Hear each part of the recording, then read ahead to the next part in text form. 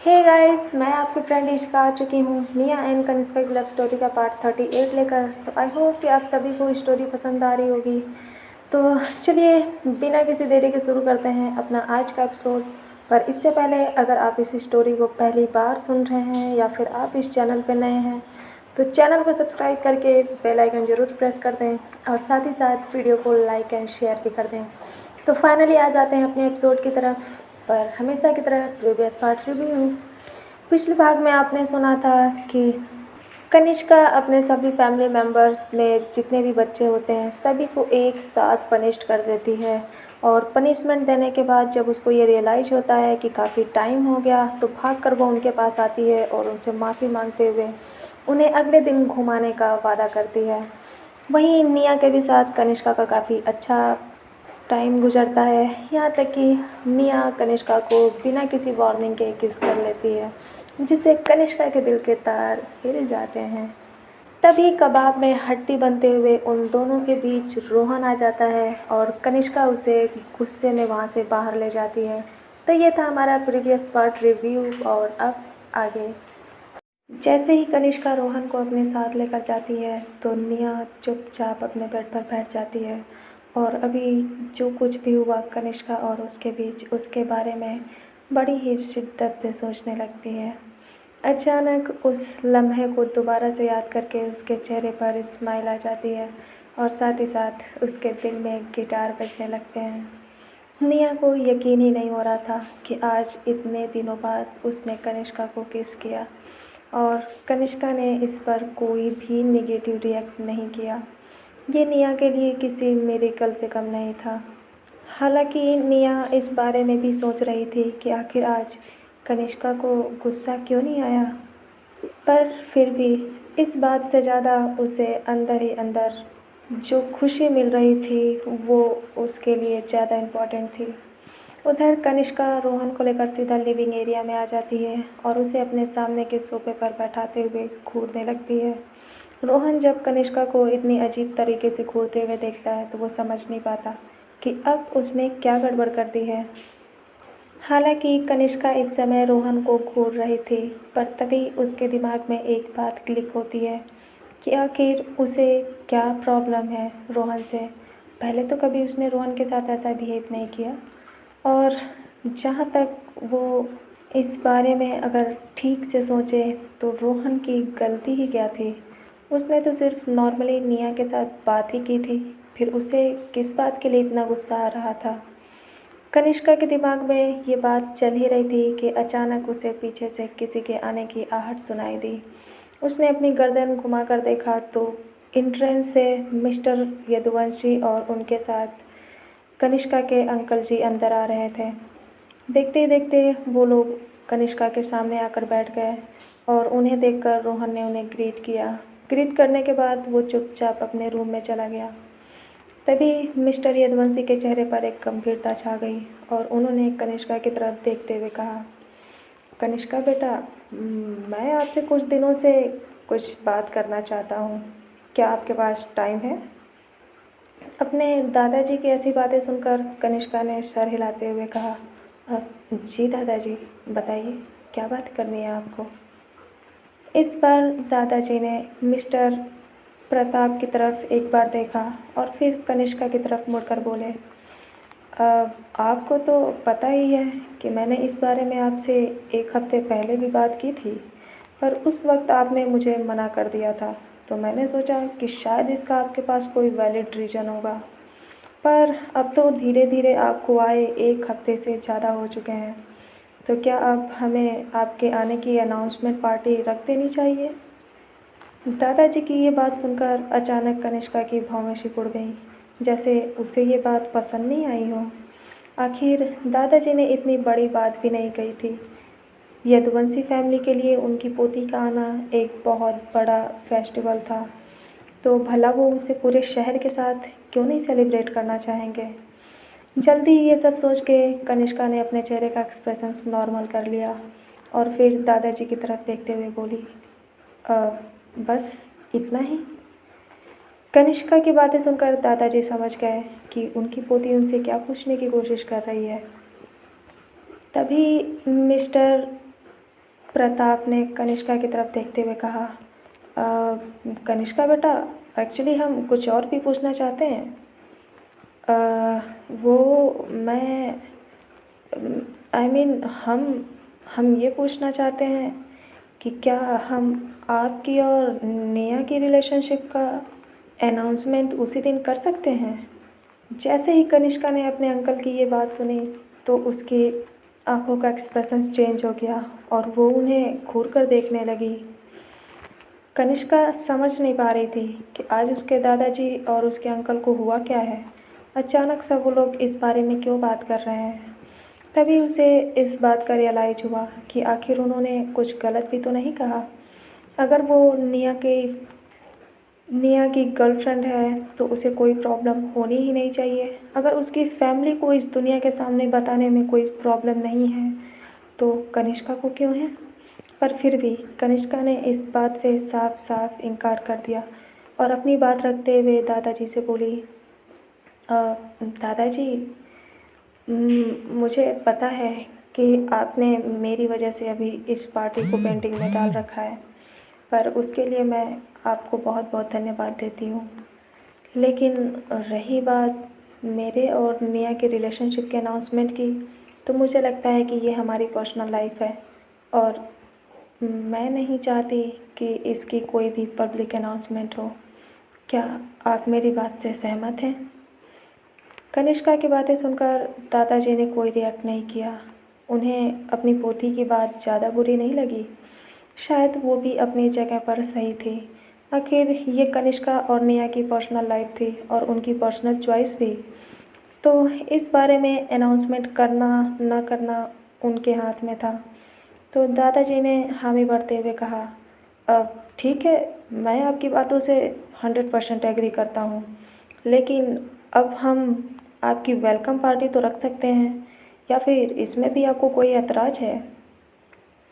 दादाजी की बात सुनकर कनिष्का ने कहा, अब नहीं नहीं दादाजी, मुझे इसमें कोई प्रॉब्लम नहीं है। एक्चुअली मुझे आपसे कुछ कहना है। कल मेरे पास लीजा की कॉल आई थी और जल्दी ही इंटरनेशनल फ़ैशन वीक भी शुरू होने वाला है। तो मुझे लगता है कि शायद 2 से 3 दिन के लिए मुझे पेरिस जाना पड़े। अगर आपको बुरा ना लगे तो क्या मैं वहाँ से आने के बाद इस पार्टी को रख सकती हूँ? कनिष्का की बातें सुनकर दादाजी चौंक गए। उन्हें ये बात बिल्कुल पसंद नहीं आई। उनके दिल में एक अजीब सा डर उठने लगा। आखिर अभी अभी तो उनकी पोती यहाँ पर आई थी और अब उसे पेरिस जाना पड़ेगा। भला वो उसे अपनी आंखों से दोबारा कैसे जाने दे सकते थे। उन्हें ये मंजूर नहीं था। तभी मिस्टर प्रताप ने दादाजी के हाथों पर अपना हाथ रखते हुए धीरे से पलकें झपकाई। वो सिर्फ उन्हें दिलासा देना चाहते थे कि अब ऐसा कुछ भी नहीं होगा। उन्हें अपनी पोती और उसकी काबिलियत पे भरोसा रखना होगा। ये ये बात बहुत ज़्यादा बड़ी नहीं थी, बहुत ही छोटी बात थी। आखिर कनिष्का पहले भी तो आती जाती रहती थी, लेकिन ना जाने क्यों उम्र ढलने के साथ साथ दादाजी को अपनी पोती को खोने का डर सताने लगा था। ये 3 साल का वक्त बहुत ही बड़ा था और अब वो उसे 1 सेकंड के लिए भी अपनी आंखों से ओझल नहीं होने देना चाहते थे।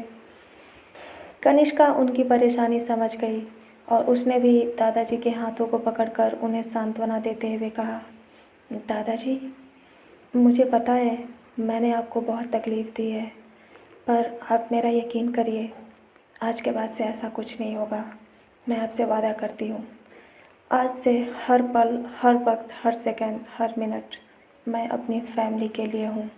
हर समय आपके साथ हूँ और आपकी सभी परेशानियों को अपने ऊपर लेने के लिए तैयार हूँ।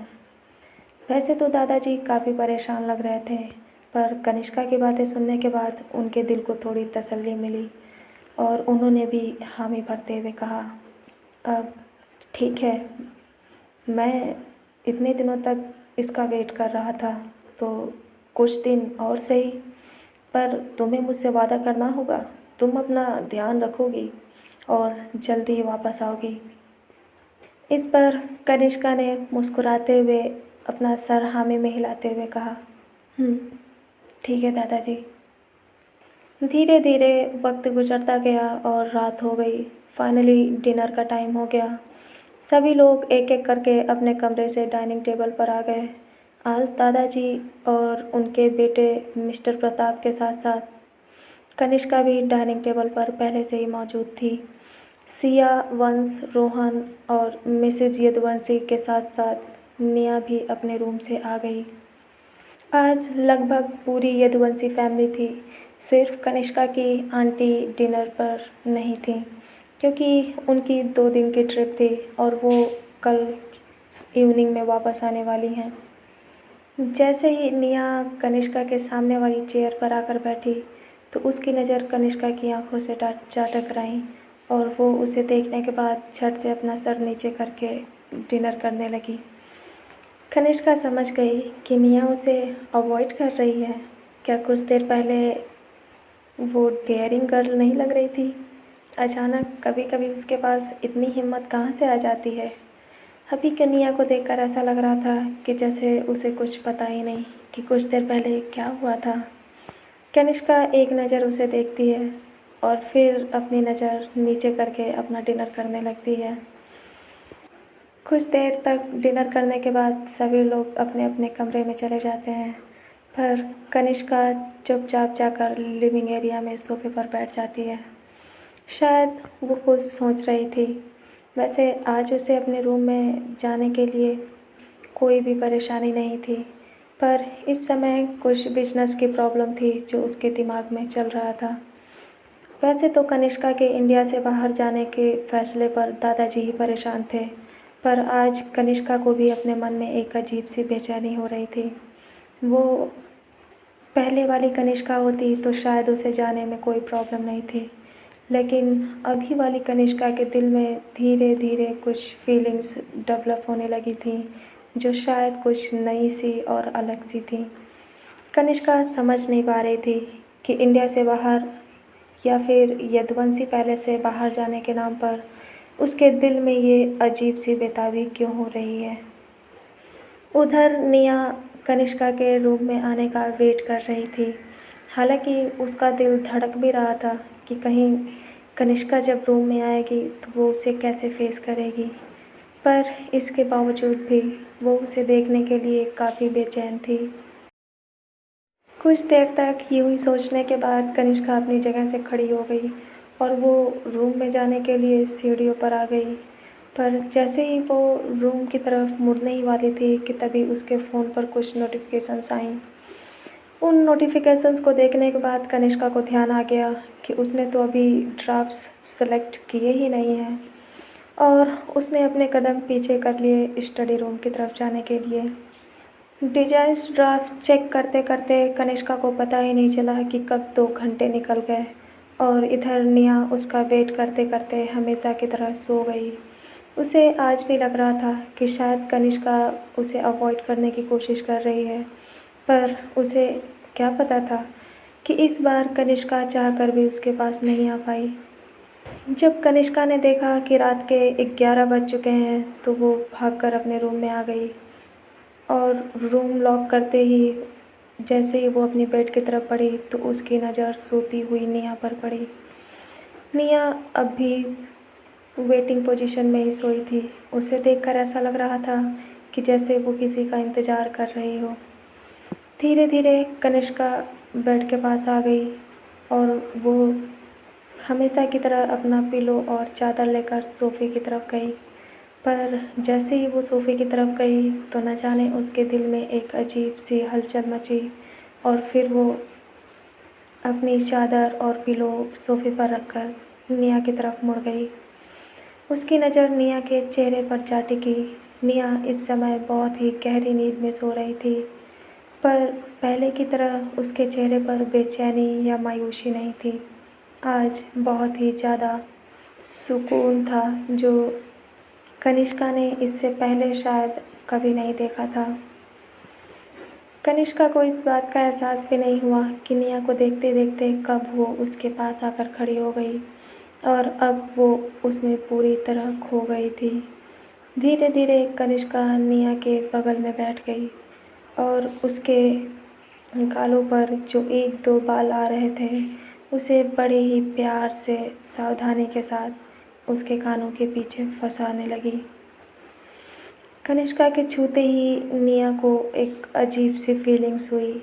हालांकि वो इस समय नींद में थी, पर फिर भी उसे अपने गालों पर कुछ महसूस हो रहा था। गहरी नींद में होने के बावजूद भी निया के चेहरे पर एक हल्की सी मुस्कान आ गई, जिसे देखकर कनिष्का चौंक गई। उसे तो कुछ देर के लिए ऐसा लगा कि जैसे निया जग रही हो, और वो झट से पीछे हटकर खड़ी हो गई।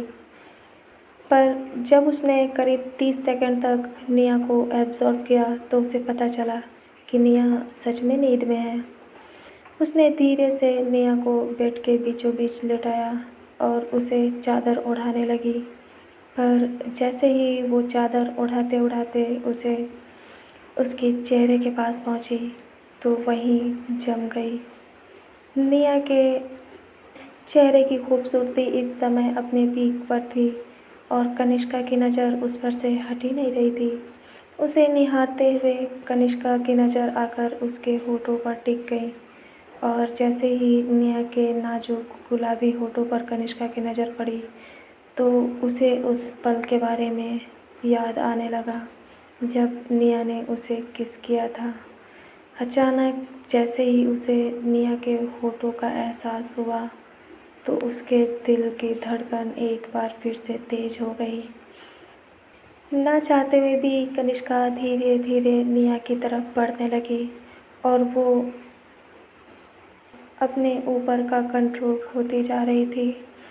धीरे धीरे कनिष्का निया के होठों के बिल्कुल करीब आ गई। अब उन दोनों के बीच सिर्फ एक फिंगर का फ़र्क था, पर जैसे ही कनिष्का आगे बढ़ने वाली थी उसे ये एहसास हुआ। उसने मन ही मन में कहा, अब ये मैं क्या कर रही हूँ? नहीं, मैं क्या निया का फ़ायदा उठाने की कोशिश कर रही हूँ? ये गलत है। कनिष्का ने जैसे ही अपने दिमाग में ये बात दौड़ाई, अचानक वो पीछे हट गई। उसे यकीन नहीं हो रहा था कि वो निया को किस करना चाहती है। वो ऐसा कैसे कर सकती है? कनिष्का ने बिना किसी देरी के झट से वहाँ से दूर जाना ही अच्छा समझा और वो चुपचाप आकर सोफ़े पर लेट गई।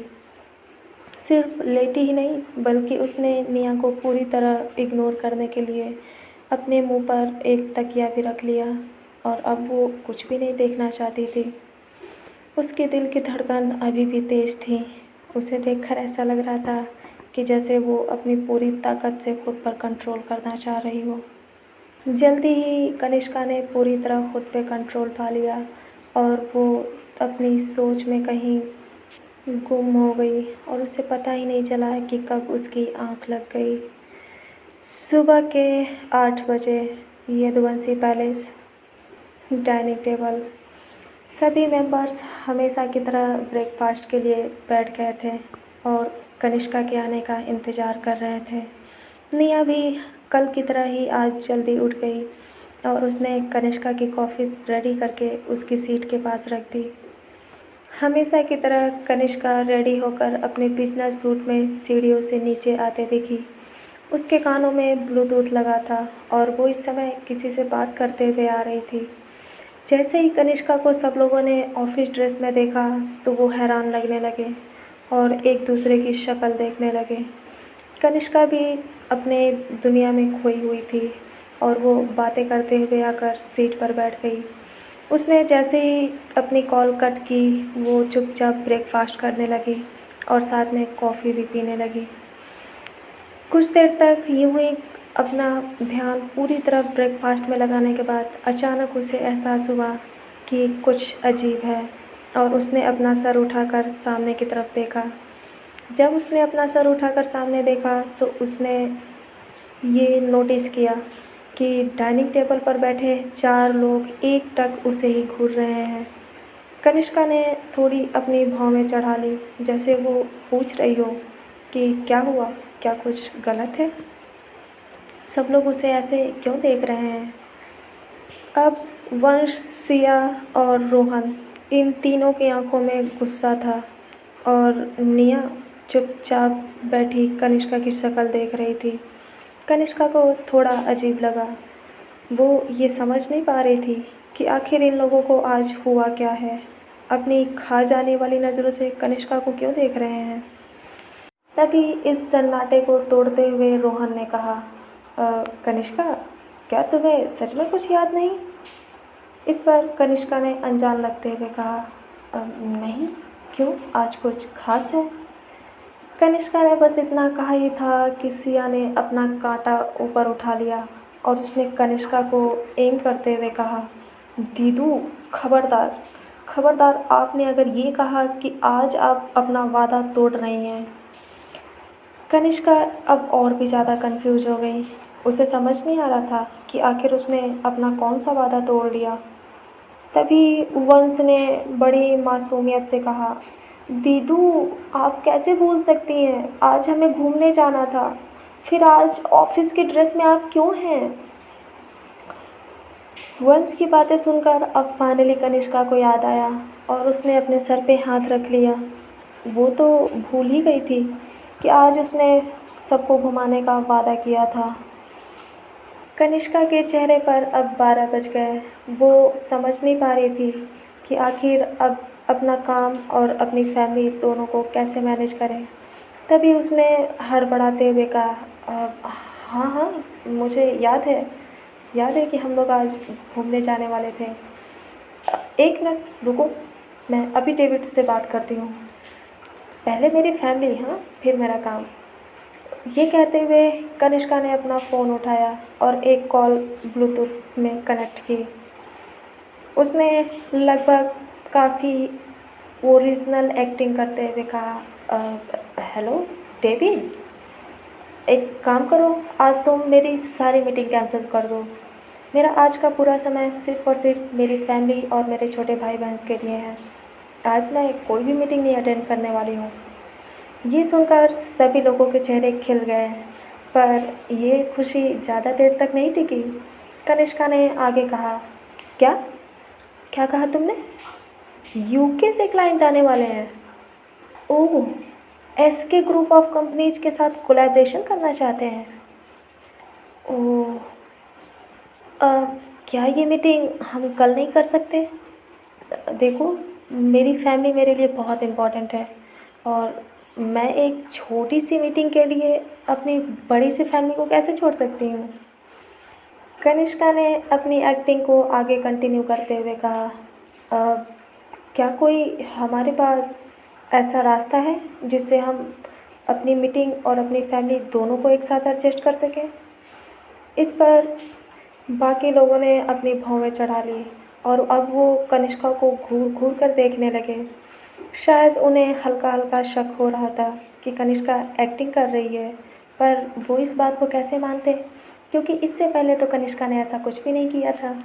तभी कनिष्का की आगे आवाज़ सुनाई दी, "अ, ठीक है, अगर हमारे पास कोई रास्ता नहीं तो हम कभी और घूमने चले जाएंगे। मैं आज मीटिंग के लिए ज़रूर आऊँगी।" हाँ हाँ, तुम टेंशन मत लो, मेरी फैमिली बहुत समझदार है, वो मेरी परेशानी ज़रूर समझेंगे। ये कहकर कनिष्का ने फ़ोन कट कर दिया, पर जब उसने उन 4 लोगों के रिएक्शंस को देखा तो वो थोड़ा कंफ्यूज लगने लगी। पहले तो कनिष्का अपनी एक्टिंग से बहुत ज़्यादा सेटिस्फाई लग रही थी। ऐसा लग रहा था कि जैसे उसने कोई ऑस्कर जीता हो। पर उसके सामने जो ऑडियंस थी, उनके चेहरे तो कुछ और ही कह रहे थे। सिया, वंश और रोहन गुस्से में लंबी लंबी सांसें लेकर कनिष्का को घूर रहे थे और वहीं निया हैरानी से उसे देख रही थी। यहाँ तक कि मिसेस यदुवंशी, उनकी आंखों में लाचारी थी और वो लाचारी से अपनी बेटी को देख रही थी। दादाजी चुपचाप अपना ब्रेकफास्ट कर रहे थे, पर मिस्टर प्रताप, वो भी कनिष्का को हैरानी से देख रहे थे। अब कनिष्का पूरी तरह कंफ्यूज हो गई और मन ही मन सोचने लगी, क्या मैंने इतनी गंदी एक्टिंग की? सभी लोगों को कहीं सच तो नहीं पता चल गया? कनिष्का ने अपना झूठ छुपाते हुए कहा, तुम लोग मुझे ऐसे क्यों देख रहे हो? कहीं तुम लोग ये तो नहीं सोच रहे कि मैं झूठ बोल रही हूँ?" देखो, अगर तुम लोग ऐसा सोच रहे हो तो तुम लोग खुद डेविड से क्यों नहीं पूछ लेते? मैं तुम्हें कॉल करके अभी दे देती हूँ। इस बार सिया ने लगभग घायल शेरनी की तरह कनिष्का को देखते हुए कहा, दीदू, आपने बिल्कुल सही कहा। हमें डेविड से ही पूछ लेना चाहिए कि आज आपकी मीटिंग है या नहीं।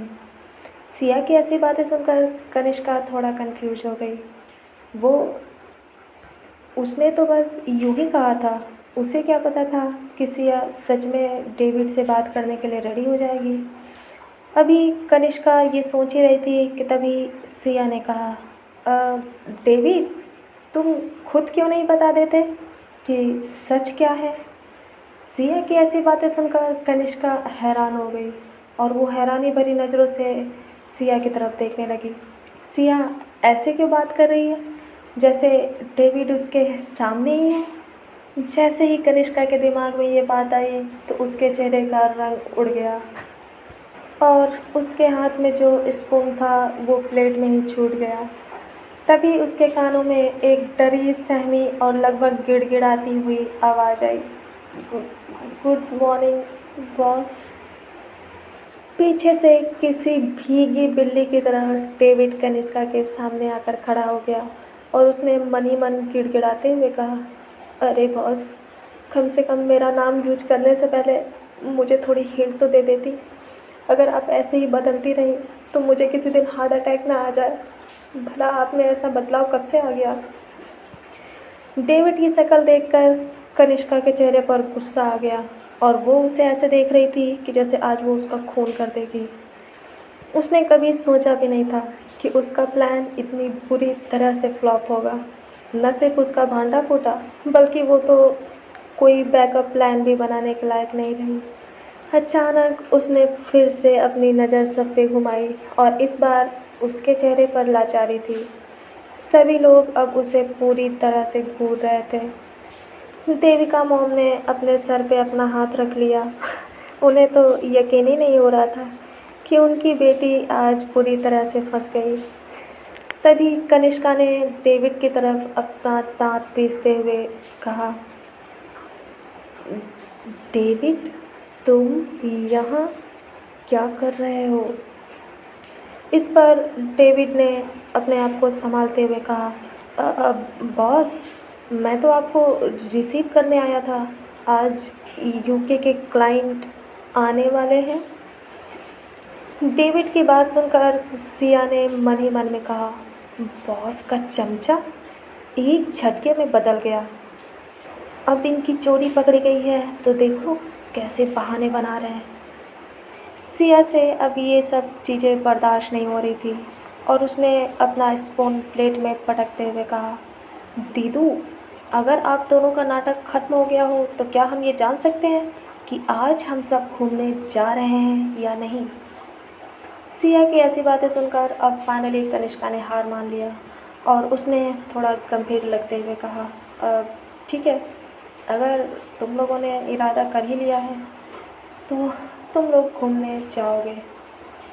कनिष्का ने उनके घूमने के लिए हामी भर दी थी, लेकिन उसके कहने का अंदाज़ सुनकर निया थोड़ा कंफ्यूज हो गई और वो अपनी सवालिया नज़रों से कनिष्का की तरफ देखने लगी। कनिष्का का ध्यान उस इस टाइम निया पर नहीं था। उसने डेविड की तरफ देखते हुए कहा, अब डेविड, तुम एक काम करो, बाकी काम मुझ पर छोड़ दो। तुम इन लोगों के साथ इन्हें इनकी फेवरेट जगह पर ले जाओ। मैं मीटिंग अटेंड करके शाम को तुमसे मिलूँगी। कनिष्का की ये बात सुनकर अचानक 3 लोगों के चेहरे उतर गए, जिसमें वंश, सिया और निया थे। रोहन खुश हो गया। उसे तो इस बात की खुशी थी कि फाइनली उसकी लेडी डॉन उनके साथ नहीं आ रही थी। तो इसका मतलब ये था कि वो निया के साथ कुछ टाइम स्पेंड कर सकता था।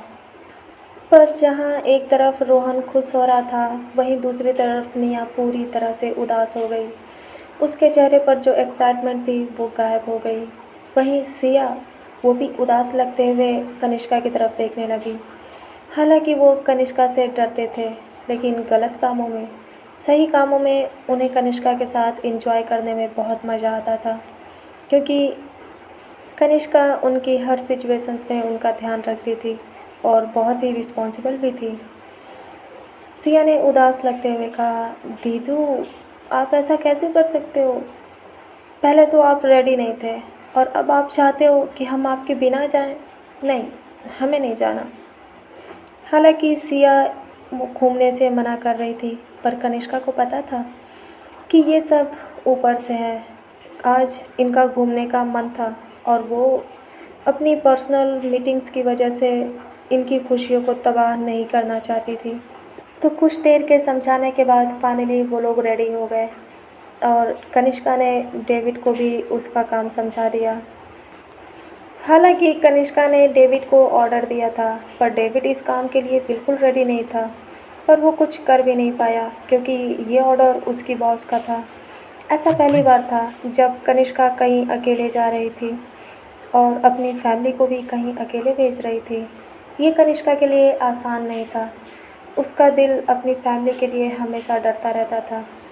आखिर कनिष्का के पास जितनी पावर और पैसा विरासत में मिली थी, उसी के साथ साथ उसके दुश्मन भी विरासत में मिले थे और कनिष्का उसे बड़ी ही शिद्दत से निभा रही थी। ब्रेकफास्ट करने के बाद कनिष्का अपनी जगह से खड़ी हो गई और वो ऊपर जाने के लिए मुड़ गई, पर जैसे ही वो आगे बढ़ने वाली थी, उसकी नज़र निया पर पड़ी। निया काफ़ी उदास लग रही थी। कनिष्का ने उसे बस एक नज़र देखा और जल्दी ही अपनी नज़र हटाकर ऊपर चली गई। ऊपर जाने के बाद वो कुछ बेचैन लगने लगी। हालांकि उसने हामी भर दी थी, पर ना जाने क्यों उसके दिल में एक अजीब सी बेचैनी हो रही थी। जल्दी ही कनिष्का अपने रूम से नीचे आ गई और वो लगभग बाहर जाने ही वाली थी। तब तक डेविड ने उसे पीछे से रोकते हुए कहा, आप बॉस, एक सेकंड। डेविड धीरे से कनिष्का के पास पहुंचा और उसके पास थोड़ा चिंता जताते हुए बोला, बॉस, क्या आप श्योर हैं कि आप अकेले इस मीटिंग में जाना चाहती हैं? मुझे लगता है कि आपको फैमिली को घुमाने वाला प्लान कैंसिल कर देना चाहिए। हम ये काम फिर कभी कर सकते हैं। कनिष्का ने जब डेविड की बात सुनी तो उसने उसे अश्योर करते हुए कहा, तुम्हें टेंशन लेने की कोई ज़रूरत नहीं है। मैं इस मीटिंग को अपने तरीके से हैंडल कर लूँगी। बस तुम अपनी ड्यूटी पर ध्यान देना। और हाँ, याद रहे, रॉय के आदमियों की नज़र हमारी फैमिली पर है और वो काफ़ी दिनों से एक मौके की तलाश कर रहे हैं। तो मुझे उम्मीद है कि तुम किसी को भी मौका नहीं दोगे। तुम समझ रहे हो ना? इस पर डेविड ने बहुत ही कॉन्फिडेंट लगते हुए कहा, यस बॉस, मैं समझ गया। आप निश्चिंत रहिए, मैं अपनी जान पर खेलकर अपनी ड्यूटी निभाऊंगा। डेविड की बात सुनने के बाद कनिष्का वहाँ से चुपचाप चली गई। बाहर उसका ड्राइवर उसका इंतज़ार कर रहा था। जैसे जैसे कनिष्का की कार यदुवंशी पैलेस से दूर जा रही थी, वैसे वैसे उसके मन की बेचैनियाँ बढ़ती जा रही थीं। न जाने क्यों आज उसे बिल्कुल खुशी नहीं हो रही थी और साथ ही साथ एक ये अजीब सी चिंता उसके दिल में जो उभर रही थी, वो उसे काफ़ी परेशान कर रही थी। कनिष्का ने एक दो बार गहरी सांस ली और फिर अपने अंदर के सारे तूफान को शांत करते हुए चुपचाप ऑफिस चली गई। इधर करीब 2 घंटे बाद सभी लोग रेडी हो गए और डेविड के साथ अपनी स्पोर्ट कार में घूमने के लिए निकल गए। सबसे पहले वंश ने डिमांड किया कि वो बीच पर जाना चाहता है। डेविड को ऑर्डर मिले थे कि जहाँ जहाँ वो लोग कहेंगे वहाँ वहाँ उन्हें लेकर जाना है, तो वो अपने गार्ड्स के साथ चुपचाप उन्हें बीच की तरफ लेकर बढ़ गया। आज डेविड खुद ड्राइव कर रहा था, उसने ड्राइवर को नहीं भेजा क्योंकि उसे इन लोगों की सेफ्टी के सख्त आदेश मिले थे। हालांकि कनिष्का ने अपनी फैमिली को डेविड के साथ जाने के लिए भेज दिया था, पर इसके बावजूद भी उसका दिल नहीं माना और उसने अपने गार्ड्स के पीछे भी कुछ लोगों को लगा दिया। सिर्फ और सिर्फ बिना किसी दखलंदाजी के वो उनका पीछा करने लगे। ये सब उसकी फैमिली की सेफ्टी के लिए था। आखिर कनिष्का की पावर जितनी ज़्यादा थी, उसके दुश्मन भी उतने ही खतरनाक थे, तो वो अपनी फैमिली को लेकर कोई भी लापरवाही नहीं बरत सकती थी। धीरे धीरे सभी लोग बीच पर आ गए और देखते ही देखते 2 घंटे निकल गए। कनिष्का की लगभग अपने क्लैन के साथ मीटिंग खत्म होने वाली थी और इधर वंश, रोहन और सिया बीच में नहाते हुए एक दूसरे के ऊपर पानी फेंक रहे थे। पर मिया के चेहरे की उदासी अब और ज़्यादा हो गई। वो अपनी खाली आंखों से अपने सामने उन लोगों को एंजॉय करते हुए देख रही थी, पर वो खुद नहीं गई। उसे कुछ भी अच्छा नहीं लग रहा था और वो चुपचाप आकर बेंच पे बैठ गई। अपनी उदासी को छुपाते हुए मिया ने अपनी आंखें बंद कर ली और बेंच से टिका लिया और कनिष्का के साथ अपने खूबसूरत लम्हों को याद करने लगी। डेविड उन सभी लोगों से कुछ दूर पर ही था और उसके गार्ड भी कुछ दूर पर फैले हुए थे। इस समय बीच में तो गाइस, आज का एपिसोड मुझे इतना ही रखना पड़ेगा और इसकी वजह यह है कि आज सुबह से ही बारिश हो रही है, बहुत ही तेज़ हवाएं भी चल रही हैं और मैं किसी कारण से बारिश में थोड़ा सा भीग गई थी, जिसकी वजह से मुझे अंदर से फीवर सा महसूस हो रहा है और एक अजीब सी उदासी भी फील हो रही है। तो मैं आपसे वादा करती हूँ कि जब अगले एपिसोड में मिलूँगी तो एक खूबसूरत से एपिसोड के साथ ही मिलूँगी। तब तक के लिए मैं आपकी फ्रेंड इश्का लेती हूँ विदा। मिलते हैं आपसे नेक्स्ट एपिसोड में।